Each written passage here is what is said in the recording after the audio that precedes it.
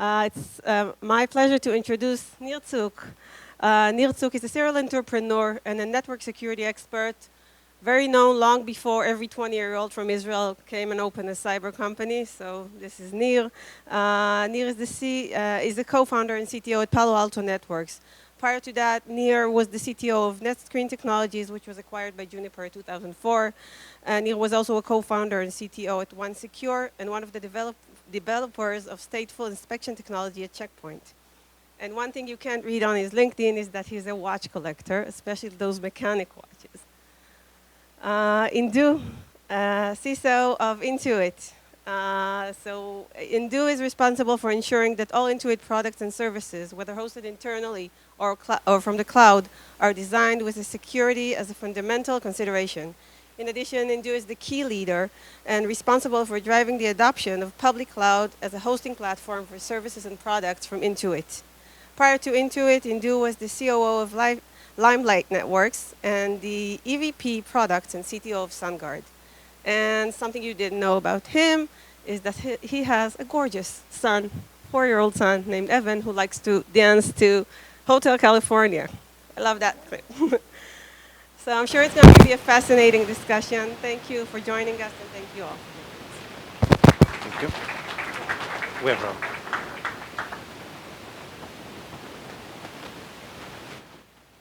Let me share a bit of information that you guys probably don't know. Nir, by proxy, actually stole someone from my team the other day, maybe 7 or 8 months ago, who is now the CISO at Palo Alto Networks. Amazing person, Lucas Moody, and so before even this event, Nir and I sort of had a connection through Lucas, and so my loss was to some extent Palo Alto's gain. So let me just start there. We were chatting a little bit before this, and one of the things that Nir said, if we just jump right in, one of the things that Nir said that I thought was really interesting was, I'm going to paraphrase, it's really hard to find a good security person. What did you mean by that? Yeah, it took us, can you hear me? It took us forever to find our own CISO. We ended up going to one of our customers to steal him, which is something you try usually not to do. But no, in general, a lot of security people ended up in security by accident. And you just see a lot of misconceptions out there about how the bad guys are working. And it's like, feels like security people are like chicken running around with no heads. And very often I stopped doing it because it's very embarrassing, but I would sit with a customer and there will be 3 security experts from that customer, or usually a prospect. And I'd ask them, the first question would be, who is your adversary? Like, who are you worried about? Who's going to attack you? And usually you'd get 5 different answers from those 3 people. And then the next question would be, what are they going to go after? Like, what are the crown jewels? What are you trying to protect? And same thing, 5 different answers from 3 people about what they are trying to protect. So it's just doesn't feel like people know what they're doing, for the most part, in trying to secure themselves. And so why do you think that is? Because I can't think of, and let me just preface that a little bit. So it's interesting that you said most security people are not born into security, if you will. So from my personal sort of experience, if I may just tell a story and then I'll hand it back to you. I've been the CISO at Intuit for 2.5 years, a little over 2.5. And this is my first sort of security job. And the story behind that is, after my previous job, where I was the CEO of a public company, which required about 50% travel, I had sort of a conversation with my wife, and basically she gave me an ultimatum, which is either find a different job or find a different wife. And I chose, obviously, my wife. And my plan was to take a year off, and because at the time, my 4-year-old was about 1.5 years, and so I wanted to spend time at home. And then out of the blue, there was this headhunter who called about the CISO position at Intuit, and they had a whole list of requirements.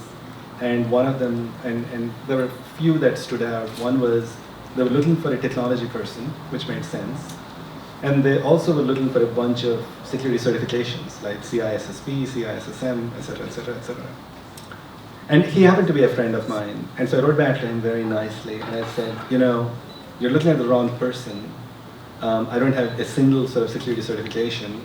I can do the technology piece, but clearly I'm not the right person. And then they wrote back saying, no, we are kidding. We actually don't want the security certification. We are really looking for a technology person. And then I went and met the hiring manager, who turns out to be the general counsel at Intuit, who is this amazing person. And ultimately, that's why I decided to take the job. And the part of the job that was really interesting was taking Intuit's applications and moving them onto the public cloud. And if you think about it, 40% of the nation files their taxes with our product, and 30% of the nation's GDP flows through our accounting product. So security matters a whole lot. And that was actually part of the fun. And I haven't had a more fun job in the 2.5 years that I've been doing this. So with that, I would turn it back to you. So why do you think we have so many misconceptions about security?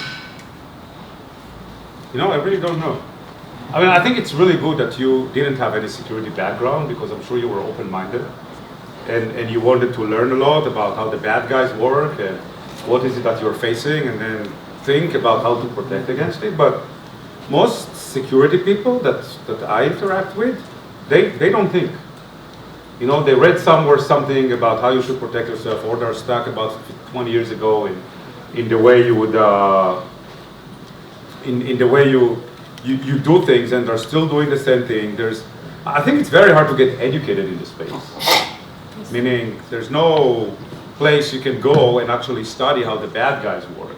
You can go to SANS and take courses from SANS, and you know, unfortunately, this is going to be on YouTube, so I'm not going to tell you what I think about those courses. But I'll just tell you that. Excuse me? Go like this, we'll cut it out. No, it's okay. Don't worry. But you know, in reality, if you do everything that SANS tells you, I guarantee to you that you'll be no more secure than you are today. Because they're telling you to do things that were maybe relevant 15, 20 years ago, and that's one of the primary ways security professionals get educated today. So, you know, part of what we're doing at Palo Alto Networks is market education, is teaching customers how the bad guys work, and then showing them that the things that they're doing today just aren't going to save them. I mean, we discussed before that. I gave you an example. So there is a technology called IPS. I created actually one of the first IPSs in the world at OneSecure in the early 2000s, and then I sold the company to NetScreen. And back then it was a good technology, I think. It was important technology. IPS stands for Intrusion Prevention System. Okay, it's a system that looks for certain types of attacks and tries to stop them. Now, if you roll the clock forward to today, or maybe 3 years ago, and you take all the IPSs in the world, including the one that I built 16 years ago, including the one we have in our own product today, and all the others, and you put all of them in any network that was breached in the last 3 years, where the breach made it to the Wall Street Journal, you're going to save exactly 0 of them. It's a $2 billion market. Okay, so the world is spending $2 billion a year on a technology that wouldn't have saved a single organization from being breached in the last 3 years. There's even worse than this. Anyone here not running antivirus on their endpoints? So antivirus, take all the antiviruses in the world. There are more than 100 different ones. Okay, McAfee, Symantec, Trend Micro, Kaspersky, Microsoft, Sophos, whatever. Take all of them. Put them all on all the endpoints of any organization that was breached in the last 3 years. You would not save anyone from that data breach. That's a $4 billion a year market in the enterprise, and probably another $4 billion a year for consumers. So the world is spending a shitload of money on technologies that aren't doing anything, and the reason they're doing it is because they've been doing it forever. And that's really where we came in, and our success is because we show people that what I've just said is true, and that there is another way of doing things, and guess what? They switch to our products. So talk a little bit about... You're good. Yeah, talk a little bit about Palo Alto. So how did the idea come about? What made you start the company? What have been some of the lessons you've learned along the way? So it was a little bit backwards the way I started the company, in the sense that in 2005, when I left Juniper, it was clear to me that there is a room in the world for another very large, back then, network security vendor. Today we are, we cover much more than network security, but back then it was clear that the world is ready for another network security vendor because the existing vendors weren't doing anything. In the set, and back then the big vendors were Cisco, Juniper, Check Point. Since then, Juniper dropped off the list, and maybe another vendor besides us joined the list. And it was clear that they're not doing anything, in the sense that the bad guys keep changing their tactics, attacks keep changing, things move forward very, very quickly on the adversary side. And they were selling the same technology that, at least in some instances, I built for them 20 years ago. So it was clear that the world is ready for innovation in security, and that the world is ready for another large company, because at least coming from two of these companies, from Check Point and from Juniper, it was clear that these companies aren't going to be able to do that, even if they decided to do it. The next step was, okay, what is it that we're going to do that's going to change the world and move security forward? So I spent about a year, initially myself, then with some partners. I spent a lot of time talking to a lot of customers and a lot of startups in the space. I was sitting at the offices of Greylock and the offices of Sequoia, and my office, which was University Cafe in Palo Alto, and eventually the idea started coming together about how we're going to go and take over the security market. And it was a combination of, number one, taking security to places that back then were not secure.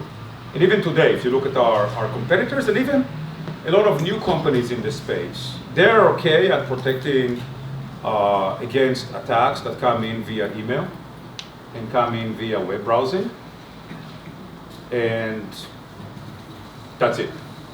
Meaning, if you look at modern or relatively modern applications, like the Dropbox and the Boxes of the world, and the Gmails of the world, and the Google Docs and the Office 365s of the world, and the instant messengers of the world, and Facebook, which is more and more often is being used for enterprise use, and applications like Office 365 and others, you really have three options today, and because of what we created. Back then, there were, I mean, without us, there would be two options. The first option is to not use these applications, because you can't secure them the same way you secure email. The second option is to do what's most common among at least non-Palo Alto Networks customers, which is to stick your head in the ground, spend millions of dollars of securing web and email, and be surprised how this bad thing got in. And then the third option you have is to use Palo Alto Networks. There's no fourth option. So what we created, and what's still unique about what we do, because to do what we do, you have to start from scratch. You have to build a completely new platform, which is something that the big vendors haven't done, and I think it's too late for them to do, is to create a platform that treats all these different applications, whether web or email, on-premise applications like SAP and Oracle, and cloud-based applications the same way, and secured in the same way, and not have a special case for web and a special case for email, and that's it. And then, since then, it evolved. We got into endpoint security through an acquisition in Israel, which we've made 2 years ago. We have about 100 engineers today in Israel. We got into SaaS security not too long ago, and it's extending and extending. And so what have been some of the lessons that you have learned along the way? And what have been some surprises? Lessons and surprises. There weren't that many surprises, because me and my partners and my investors, it's not the first time we're building a company.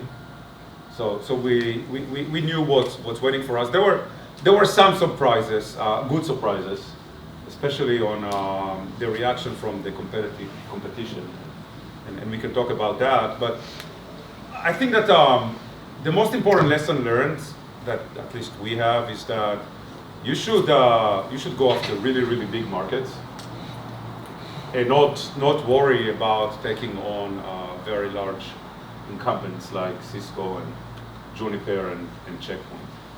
So that's one lesson learned. The second lesson learned, which is, by the way, something that we did learn as we move forward, is that when you grow really fast, and we were growing really fast. Even now, so last quarter we did about $460 million in billings. I think 458, growing more than 60% year over year. So we're still growing very, very fast. And when you grow so fast, it's very hard for a lot of people to adjust. Because it doesn't matter who you hire, for the most part, those people will very soon, if not right when you hire them, will be running a function or an organization that's the largest that they ever ran. You know, unless when you start, you hire the VP of sales of Microsoft to run your sales, which by the way is a mistake, then for a startup, at least, no, I mean, I'm sure it's a good person, it's just that I wouldn't hire that person for a startup. You know, the initial VP of sales that we hired, Larry Link, who's been with us for 5 years, he was our VP of sales for the first 5 years. His largest, the largest organization that he ran before that was maybe $50 million a year, maybe $70 million a year. He got us to 300. So, and that took 4 years or something like that. So he had to grow on the job, and at some point, it's impossible. And okay, you want to give me the other? Yeah. Okay. So and you know, by the way, I know that some of you here are now entrepreneurs, and you mentioned that you're running companies. Who are the CEOs for your company? Any of you are the CEOs for your companies? So that's your first mistake. You're not. Okay? No, because you've never been a CEO of a company, of a real company, and if you think about being really big, then you're not going to be able to learn on the job to be the CEO. I never wanted to be the CEO. I went through, and okay, at some point I was forced to be the CEO because I went through one CEO, which he was more a product management person. And he helped a lot to bring the product to the market and the initial sales, but then it was clear that he will not be able to grow with the company. So we had another CEO who was more sales and marketing, with sales and marketing background in security, and he brought the company to about $100 million in sales, but which took 2 years, I think, and then 2 years after he joined. And then it was obvious that he's not the right guy to grow the company beyond it, because at some point you need someone that's more rounded and someone that can do more than sales and marketing. And then for 9 months we were looking for the right CEO. I was running the company at that time. Horrible experience. But the company, that was our fastest growth. I mean, we grew, I think, 300% in those 9 months, or 200 something percent, from about 100 million run rate to almost $300 million run rate. And then we hired the real CEO, who's still with us, Mark McLaughlin, who was the CEO of VeriSign before that. And I wish we could hire him earlier. We actually tried, and he was not ready for us. So, I mean, my point is that you have to replace people as you grow, and you have to put the right people at the right time. And you just don't have time to make mistakes when you grow really, really fast. So that's one of the lessons learned. And some of these people, it took us too long to realize that, and that was a mistake. On the engineering side, I'm sure that you've all seen it, especially the startup people here. You start a company and you hire really great engineers, but then you find out that some of them are not the best team players in the world.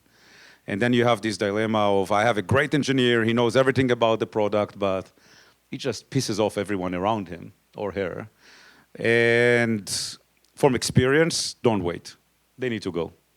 Otherwise, it's just a disaster. And so I think that's one of the important lessons learned. Always make sure you have the right people for the right culture in the company. Don't let people change your culture, change the people so that you can keep your culture. Probably one of the most important and surprising lessons learned. You know, I could take this conversation so many different ways.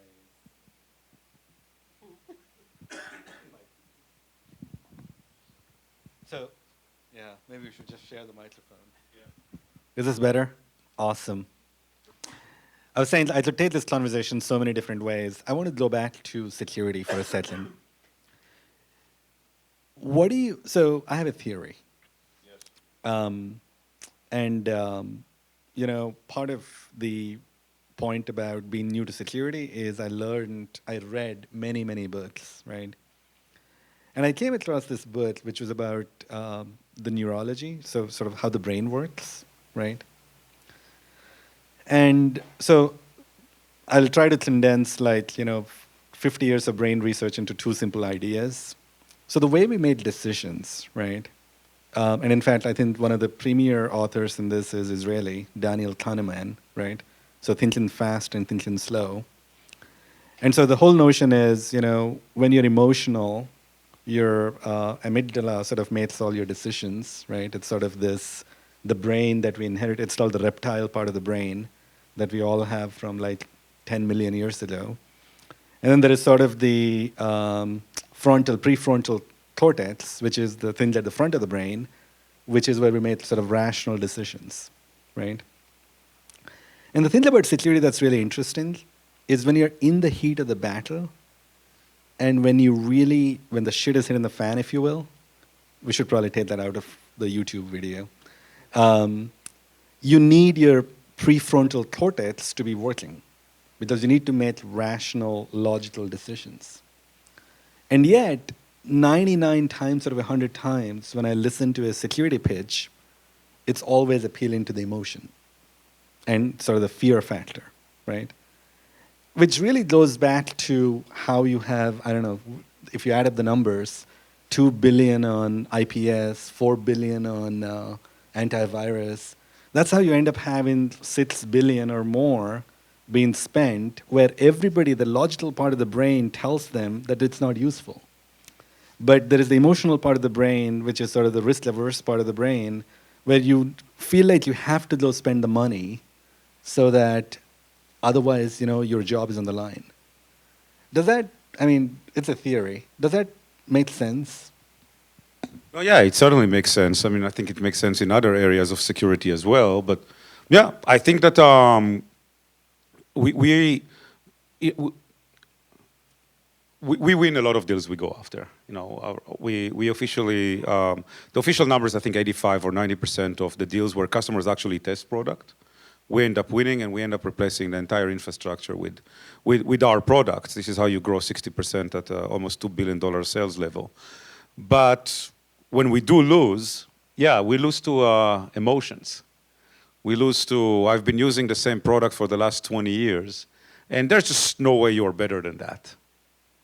And because if you're better than that, then I've made a mistake. And also there are other many emotional, I think, decisions being made around the fear of losing your job, because sometimes people are worried that security is, you believe it or not, I'm sure you're seeing it in your organization, or at least you saw it when you joined, is very, very political.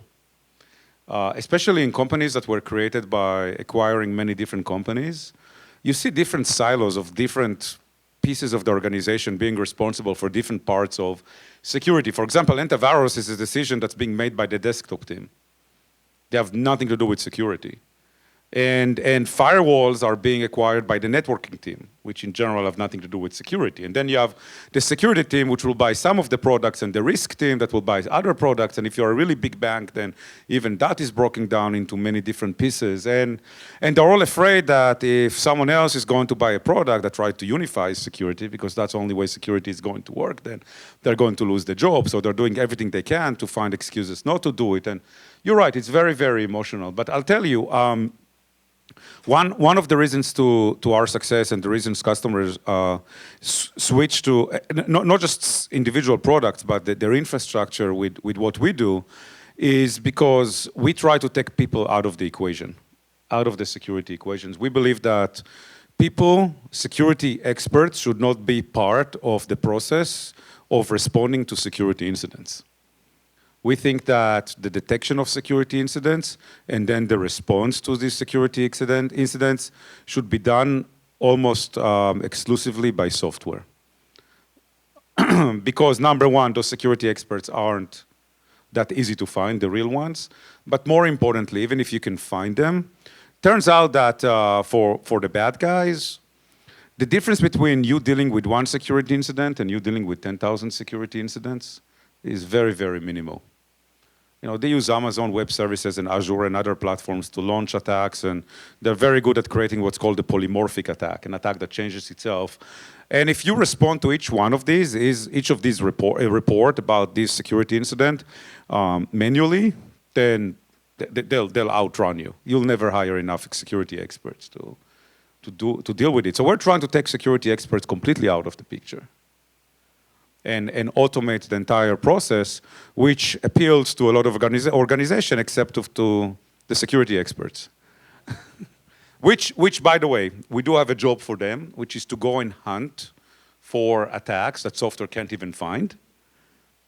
Today, their job is to respond to things that software finds, and our philosophy is if software can find it, software can stop it. It's very interesting that you say that. We, for example, we have only about 10 or 15% of our entire workload running on AWS today. And we get about 7 to 10 billion events on a daily basis that, frankly, there aren't enough people on the planet to deal with that. And we managed to narrow it down to no more than 50 or so that we then go have people look at. But going from that, a lot of the intelligence is then going from the many billions a day to less than 50, right? Yep. Talk a little bit about culture, and specifically two things. One is, as a founder, what sort of things do you do to define the culture in the first place? And then number two, what sort of things do you do to maintain that culture, especially as you're growing at the pace that you are? Okay, so the important thing is not to focus too much on the culture or try to push it too hard. At least that's what I believe. All these companies that put posters on the walls with the culture on the posters, and if you find yourself you're doing that, which we did at some point, then you're probably making a mistake. I think that the culture is what it is, and I don't think you can affect it too much, and because you are who you are as a founder, and you're going to create a culture that's similar to what you believe in. For example, at Palo Alto Networks in the beginning, I don't know if it was even a conscious decision, but we decided we're going to hire more experienced engineers as opposed to college grads, which means that we hired people with families, which means that we can't ask them to work 100 hours a week. Right, so we created an environment, or an environment was created where people work 50 hours a week. And everything we do is planned for 50 hours a week, so people can have good balance between work and life. And in the first, until we released the first product, which took us about a year and a half, people did come on most Saturdays to work, but certainly we weren't the regular sweatshops that you see startups becoming in, especially in this area. So that became part of our culture, a good balance between family and life. Okay. Another part of the culture is something that everybody, I'm sure, does, is hiring only really, really, really good people. Everybody talks about it. In reality, if you haven't interviewed at least 100 people for every position, then you didn't hire really, really good people. And so it's a nightmare to interview for Palo Alto Networks. Okay, even today. You have to go through so many levels and so many interviews, and kind of similar to what you heard about Google in the beginning, about how difficult it was to get a job there. So that's another part of the culture. Another part of the culture that we created is zero tolerance for lies. If we catch you lying one time, there's no warning. The warning is on the day you join. Okay, if we catch you lie one time about anything, you're gone. It doesn't matter who you are. You're gone. So that's part of the culture that we created. But again, you can create a culture of lying. Hagi and I worked for an organization that did that, and they're worth still $14 billion today, right? And excuse me, 15. So that works well for some companies. Another difference, for example, between Palo Alto Networks and the company we used to work for before is self-awareness. So very, very important for us to be self-aware. If you think anything is wrong, if you think anything is bad, if you think that we're doing something wrong, you think that the competition just came out with a product that's going to kill us and we have to do something about it, then we want to know about it. Whereas in the previous organizations that we used to work for, if you went to the CEO and told the CEO that we have a problem with the competition, you get fired. Because the CEO wants to live in a world where everything is pink and everything is great. And you know, yeah, he still claims that they don't see us in the market. Because he doesn't see us in the market, because if you go to him and say, we just lost a deal to Palo Alto Networks, which happens about 500 times a quarter, then you get fired. So for us, it was very important to create a culture where the organization is very, very self-aware. We measure everything. Everything we do gets measured to the last bit of it. When we put $1 into marketing, we know exactly how much pipeline is going to get out of the other side of it. We know how much, depending on the program that the dollar is going to. We know what's going to be the conversion of that pipeline into business this quarter and next quarter and next year. And we know what is the efficiency of each and every person in the organization based on numbers that we collect and so on. And that's part of self-awareness. You know, and so that's part of the culture. Now you asked me, how do you maintain the culture? I think that's something that founders at some point forget, that it's their job to make sure that the culture doesn't change. So I'm founder and CTO. I have two roles. One of them is the CTO, right? Making sure that we create the right technology, remain competitive, and whatever CTOs do. And then the other job I have, which is as big, is being a founder.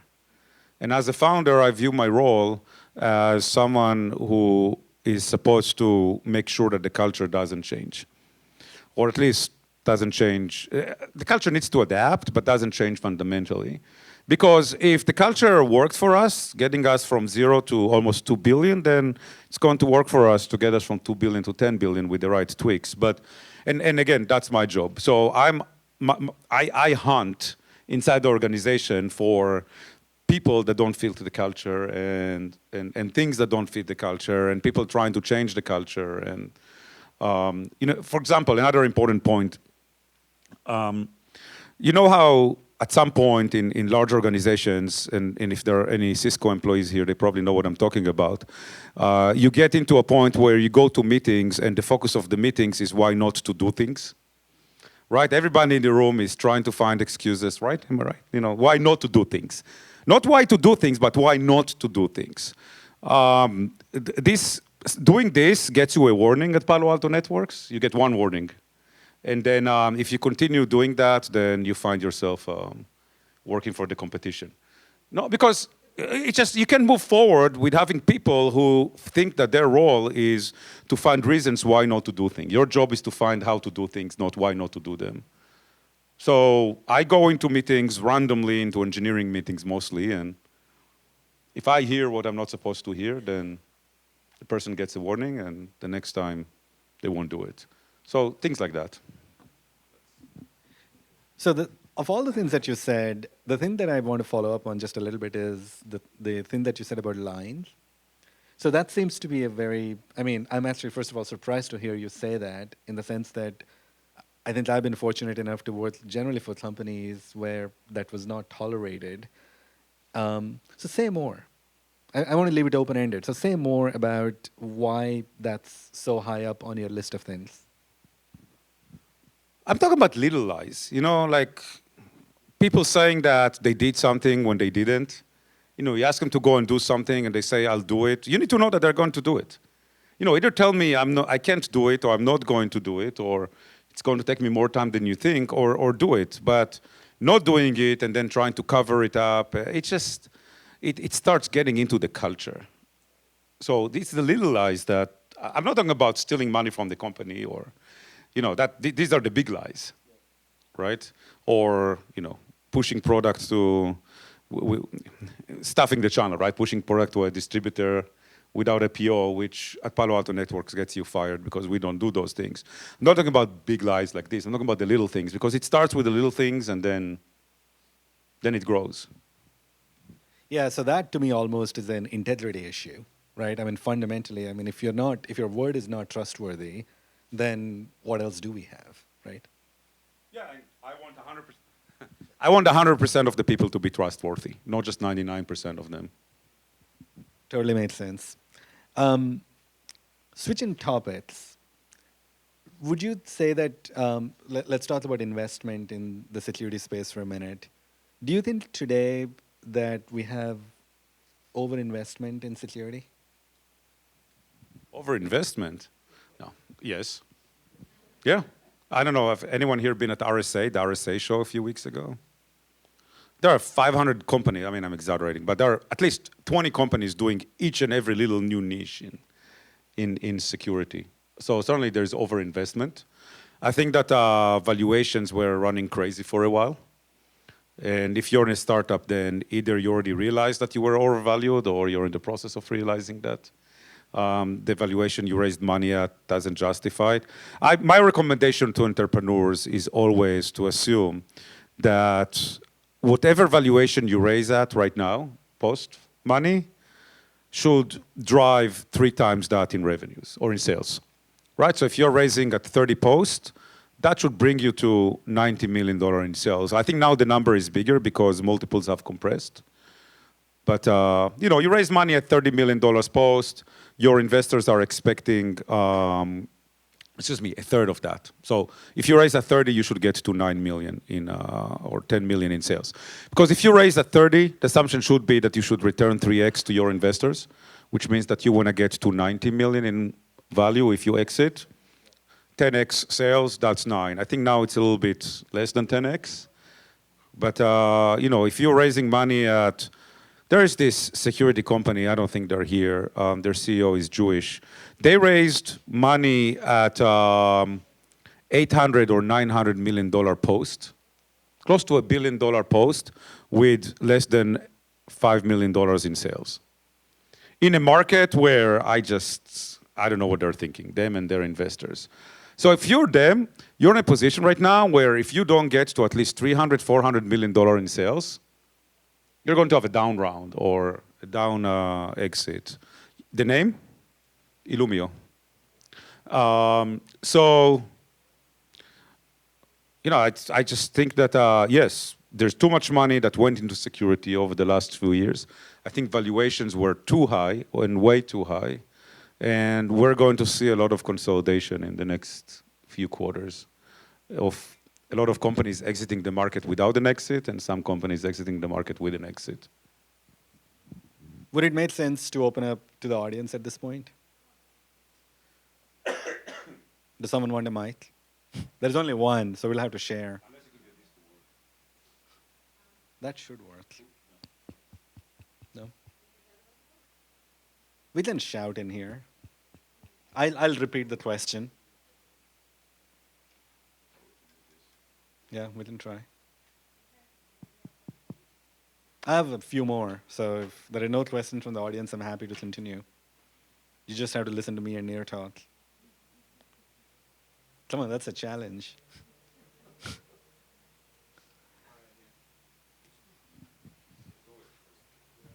So you talk about a very broad range of security problems. You talk about the endpoint, you talk about IPS, IDS, you talk about firewall. As far as I know, you're very strong at next generation firewall. And I don't know what percentage of your $500 million of revenues per quarter are from other stuff outside of next generation firewall. Maybe you want to share. But are you really a leader in all these other areas? Yeah, this one is not working. Oh, now it's working. Can you increase I'll just use this. Yeah, so I didn't say 500 million in revenues. I said 458 million in billings. A lot of our business is subscription services. So our revenues trail billings by quite a bit. I think revenues last quarter were about 330, something like that. But billings were for 458 or something like that. And so we are leaders in most of the things that we do, in the sense that, so it's, okay, first, I believe, and we believe that you can't really break out firewall and IPS and content filtering and proxying and endpoint security and SaaS security and all these other components because they're not going to work separately from each other. I just believe that fundamentally you cannot secure the endpoint, for example, without securing the network. Number one, without sharing information between network and endpoint, and number two, without securing the endpoint from the network perspective, and then securing the access to the network from the endpoint perspective. So it's very hard to break those apart. Now, if you look at firewalls, then it's hard to tell how much of our sales are really coming from firewalls. If you assume that our product sales are the firewall sales, then I think that we're probably number one in firewalls right now. Maybe Cisco is bigger. Cisco doesn't break how much they're doing in product sales, but we're way bigger than Check Point in product sales, way bigger than Fortinet and Juniper, the other players in the market that are behind us. Cisco, I think we're bigger in product sales, firewall product sales. With Cisco, it's very hard to tell because they lump a lot of different things together into security that it's hard to tell. In terms of, for example, advanced malware protection or advanced persistent threat protection or whatever you want to call it, APTs, we have 9,000 customers, more than 9,000 customers using our solution, which is probably more than everyone else combined. So certainly leader there. On the endpoint, which is the product that's developed in Israel, we just started, so there's no market share there still. Excuse me? Elusive. Elusive as... Oh, the endpoint segment? Elusive? Could be. I mean, we acquired a different company, but... No, Elusive is... Okay, no. Elusive is doing... They're doing honeypots. Right, they're creating honeypots and trying to stop the bad guys with honeypots. I would put them in the advanced threat protection category. So, I think from a buyer perspective, I would actually agree with a lot of what Nir said, right? So, by the way, first of all, security is the biggest big data problem out there. And the hardest problem in the world of security from a CISO perspective is eliminating the noise without compromising on the signal. And so when you think about it, especially in the journey to AWS, for example, that we are on, if you just focus on the network level controls, or if you just focus on the endpoint, or if you just focus on application vulnerabilities, you actually don't get the effect that you need, right? And so as we have, for example, done more and more data protection through encryption, and network access ways, we're back to the future in terms of host-based detection, right? And so the sort of the artificial separation between the various products, I think has really hampered security. And the more that we see the focus shift to devices and sort of signal generators that then feed to the right way to filter out signal from noise is where the future seems to be.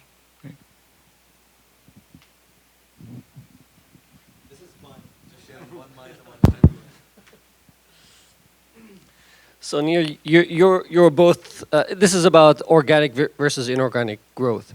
You were both acquired as a startup company by other companies, and then you built a company that has become a category leader and a public company. You underwent that process, and I'm sure you're aware of the many challenges of integrating companies. Where do you see the threshold of an ability, and you're becoming big enough perhaps to begin to see some of these challenges, the ability to really continue to innovate perpetually on your own versus shifting to bringing that DNA from the outside, and how do you see the future of Palo Alto in that perspective?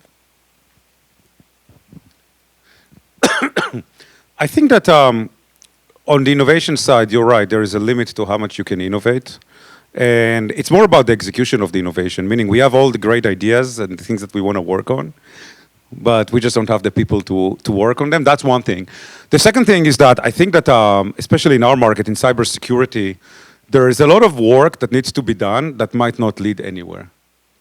Meaning there's a lot of research and development that has to be done that in many cases will end up in not succeeding, and rarely it will succeed.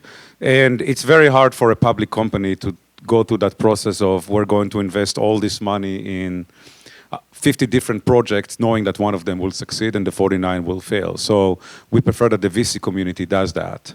And then we'll go and pick the one that succeeds. And certainly this is a process that we're investing a lot of time in. Meaning we're testing many, probably between 10 and 15 security technologies every month from startups to find those that work, that we can bring in, that will innovate. I certainly don't see, at least at Palo Alto Networks, I don't see a need to acquire revenues. You know, and it's actually very difficult to acquire revenues when you grow 60% year over year, because unless you acquire something that's growing as fast as you are, you're going to kill your stock. And I think that we are going to see us doing more and more acquisitions, small technology acquisitions in the two locations where we do R&D. We really don't want a third location. The two locations are Santa Clara and Tel Aviv. And technologies that can mostly accelerate our roadmap. Meaning we know where we want to be next year and in 2 years and 3 years and 5 years. And the main reason to buy a technology company is to accelerate that. Okay? In some cases, we know we can't do it ourselves, so the only way to do it is to acquire a company that does that. Okay. Actually, 2 questions. Is that okay? So, firstly, one of the stories around Palo Alto is that you set it up as kind of a personal vendetta against Checkpoint. I also worked at Checkpoint in the past. I'm sorry so for that. That makes 3 of us. And I know what you're talking about with Gil. So, and actually this morning I met someone and we talked about you, and we were kind of wondering if that vendetta is done or not. So the first question is, was it really a vendetta, or what percentage? And like, or is it just a story? That's question number 1. Question number 2, would you have been able to build Palo Alto Networks if you had not built OneSecure before? Okay. The second one is a tough one. Okay, let's start with the first one. No, you know, I just like to build products, and I try to do it inside Checkpoint. So actually, I'll tell you a story about Checkpoint, and don't cut it out. So I moved to the US for Checkpoint in January 97, so 19 years ago. And we started an engineering group here. And at some point, we started building really nice products that were integrated into the firewall platform. And one of these products was WAN optimization and acceleration. And that was in the time before Riverbed and what's the name of the company that Juniper acquired? Parabit, right. Before Parabit and Riverbed and a few others. And in 98, we actually had a working version of it. A working version with the functionality that then Riverbed had a few years later. Embedded into the firewall, it can go to any gateway that Checkpoint ever sold, anywhere in the world, and accelerate WAN. And they decided not to ship it. And the reason they decided not to ship it was because the engineers in Israel were complaining that they were doing all the bug fixing in the firewall, which code became such a spaghetti that it was impossible to maintain. While the engineers in the US were having all the fun building, you know, advanced technology and products. So, of course, the solution is to kill the products, right? When you see something like that, you say, okay, you know what, I'm going out and I'm going to build my product somewhere else. Which I did. I left, started OneSecure, built the product there. NetScreen acquired us. Then Juniper acquired NetScreen, and same thing. Juniper acquired NetScreen and said, well, you know, we don't really want your product. The next day, literally the next day, they told us, after the acquisition closed, we don't want your products. We want to take your technology and move it into Junos, the operating system that Juniper is using. And then started the World War of who's going to do it, and the decision eventually was, we'll let Juniper people do it. So why did you just pay $4 billion if you don't want the product and don't want the people? So everybody left, started different companies, and Palo Alto Networks was one of them. So for me, it's all about building technology and products, and Palo Alto Networks was the vehicle that, you know, if Juniper said, go and build something here, then I might have built something like Palo Alto Networks inside Juniper. I don't care where I build it. Your second question was whether I would be able to do it if I didn't do one secure. It's hard to tell.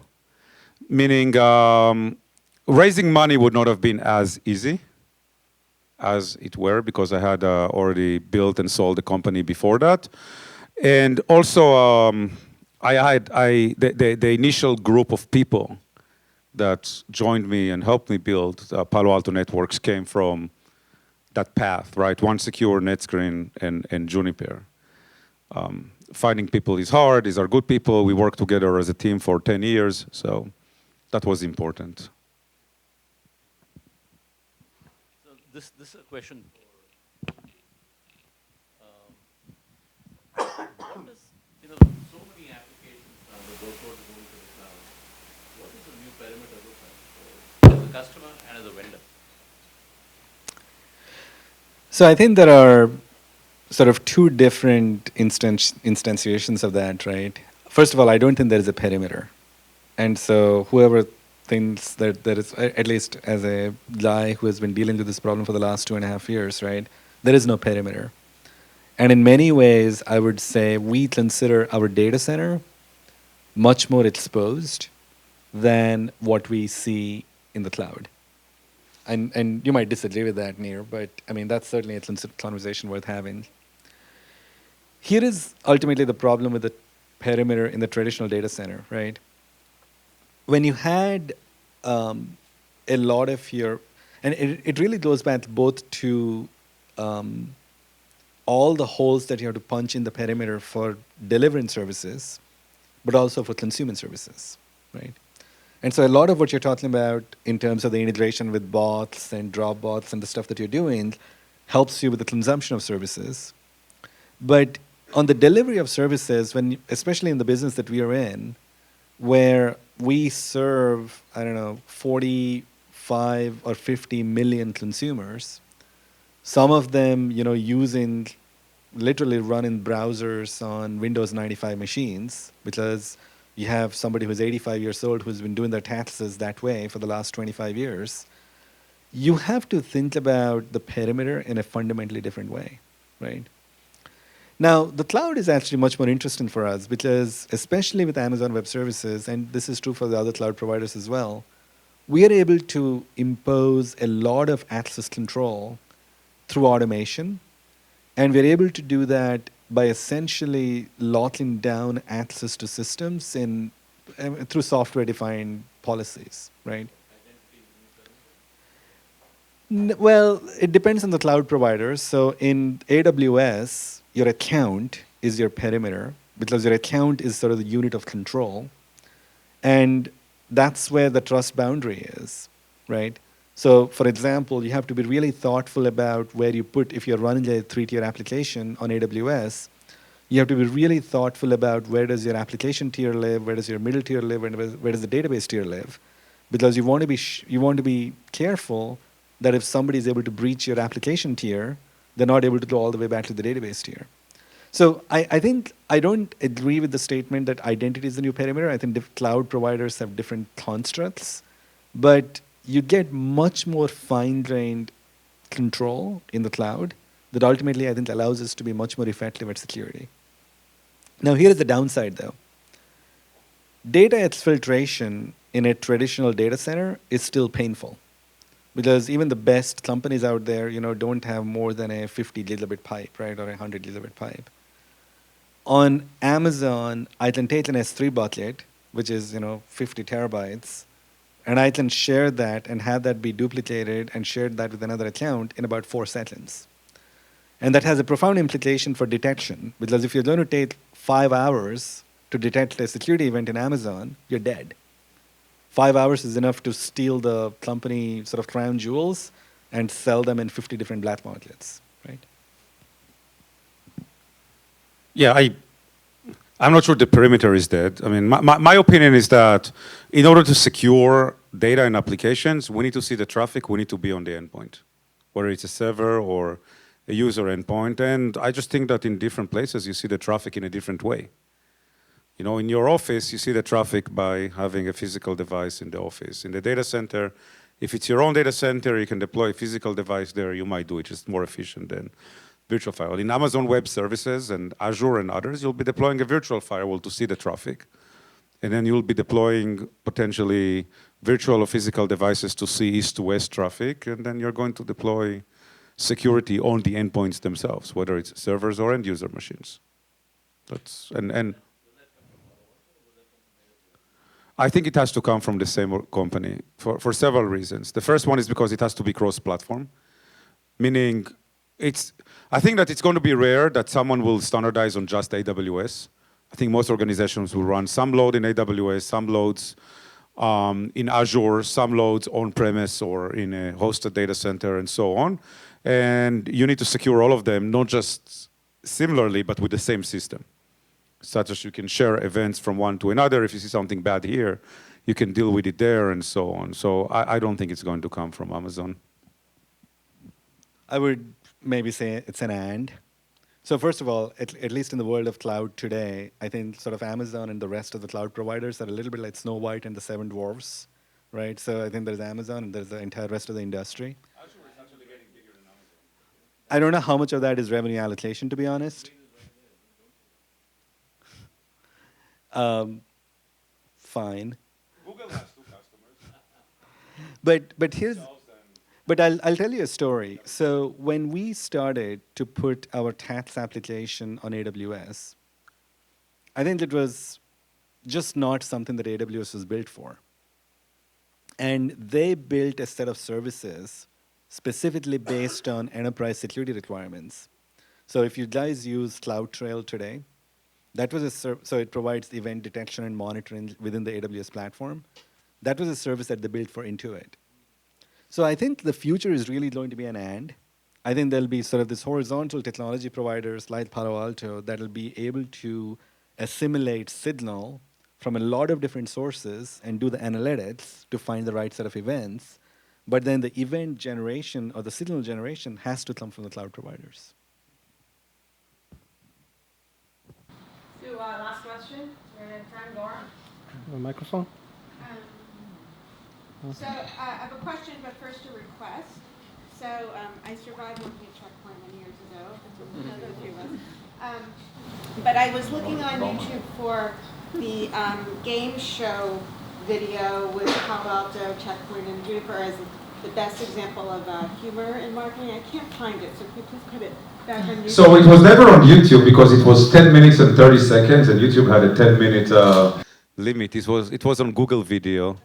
I have a copy of it, I think, on my computer. I can share it through Icon if someone asks me for it.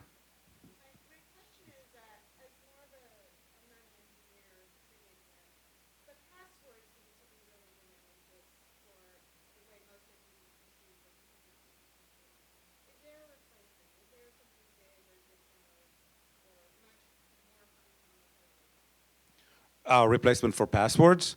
So passwords is certainly one of the weakest links in attacks. And if you look at attacks Alto, then about 50% of data breaches include credential thefts. Okay, there are some data breaches that had only credential thefts. So certainly something that's very important to deal with, and I think we're already seeing that even in the consumer space, certainly in the enterprise space, around something called two-factor authentication, where it's not just a password, it's something else. In the past, it was very difficult to achieve it. You would actually have to carry a physical card. You know, I don't know if you remember secure ID cards with the numbers that change all the time on them. And every time you log in, you had to go and put in the numbers, and it was really annoying, and it didn't work half of the time. I think that today with the use of cell phones and SMS and other technology, it's becoming so much easier to do that. So if you bank online today, you probably know that the first time you log into your bank account from a new device or a new browser, you go through an extra step of them sending you a message. So that's a second factor. So banks have adopted it. You can get it today for Gmail or all Google applications, for all Microsoft applications. You can get it for eBay, PayPal. I use it for Apple, right? iCloud. I use it whenever I can. But you're right that today it's an option. and only the smarter consumers use that, yeah, hopefully they'll make it mandatory once they figure out how to make it even easier and more foolproof to use. Yeah, just to add to that, I think the FIDO Alliance, for example, is looking at doing things that were less password-based and sort of other ways to do authentication. And then there is this company, Ubisoft, which has got this really nice hardware tokens where you don't have to use really remember. I mean, it's still, you need, if you lose those tokens, you're sort of hosed. But while you have those tokens, you carry them around and life is sort of reasonably okay. But here are the things about passwords, right? Passwords are in use because they're convenient, right? And I just find it hard to believe that they'll ever go away. Maybe they will when my son turns into sort of 50, I mean, whatever, right? But the fundamental thing in security, and this is sort of this constant tension, is hackers will use every technology that is useful against you. And passwords are just useful. And so just as we use them for convenience and ease of use, the bad guys use them to break into things. And if there's the next thing that comes along that's useful and easy to use, bad guys will use that, right? And it's just the nature of the beast, which is why it's so much fun.